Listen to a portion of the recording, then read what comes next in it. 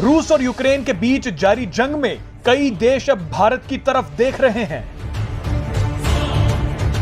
दुनिया के कई बड़े देश एक के बाद एक भारत के चक्कर लगा रहे हैं। आपको बता दें कि एक महीने में 20 ग्लोबल लीडर्स भारत का दौरा कर चुके हैं, जिनमें इन देशों के प्रधानमंत्री, विदेश मंत्री और सचिव स्तर के अधिकारी शामिल हैं।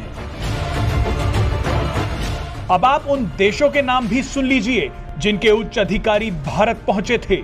इनमें से कुछ देश हैं चीन, Germany, Britain, Canada, Japan, Austria, Nepal और ग्रीस। इजराइल के प्रधानमंत्री नेफ्ताली बेनेट को भी भारत आना था, लेकिन स्वास्थ्य कारणों की वजह से वो आ नहीं पाए। और अब तो रूस के विदेश मंत्री सर्गेई लावरोव भी भारत पहुंच चुके हैं। भारत अब दुनिया का केंद्र बिंदु बन चुका है और यही बात अमेरिका को चैन से बैठने नहीं दे रही।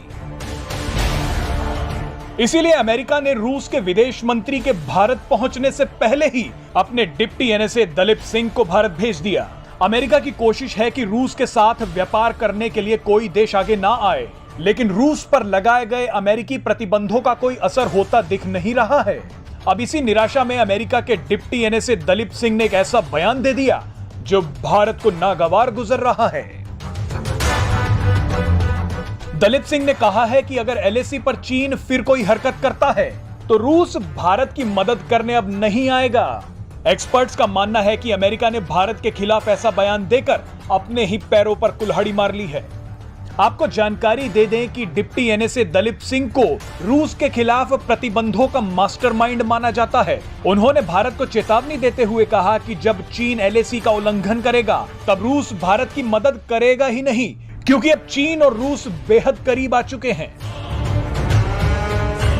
यहां अब आपको एक बेहद ही दिलचस्प चीज बताते हैं। हाल ही में अमेरिका के सहायक रक्षा सचिव एली रेटनर ने भी भारत और चीन को लेकर एक बयान दिया था।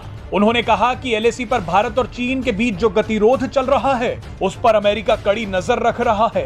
एली रेटनर का यह बयान जैसे ही आया, चीन गुस्से से लाल हो गया। चीनी रक्षा मंत्रालय के प्रवक्ता ने एक बयान जारी किया। बयान में कहा गया कि चीन और भारत बातचीत और परामर्श के जरिए सीमा विवाद को सुलझाने के लिए सहमत हुए हैं और वो किसी तीसरे पक्ष के हस्तक्षेप का कड़ा विरोध करते हैं।